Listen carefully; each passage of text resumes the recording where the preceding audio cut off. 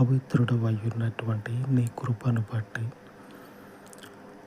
ఈ పరిచర్యని తండ్రి బహు ఆశీర్వాదకరముగా, దీవెనకరముగా మార్చి ఈ ఉపవాస మనవులను నీ కృపను బట్టి నీ పరలోకపు కనికరము మనుషునికి పవిత్రమైన రక్తమును ఏ రీతిగా చిందించి కాపాడినదో అదే రీతిగా నీ పవిత్రమైన కృపను జ్ఞాపకము చేసుకొని ఈ ఉపవాస మనవులను బహు దీవెనకరముగా ఈ పరిచర్యకి మార్చమని మీ పాదముల యొద్ద వేడుకొనుచున్నాను. యేసు శక్తి కలిగిన నామమున ప్రార్థించి వేడుకొనుచున్నాను తండ్రి.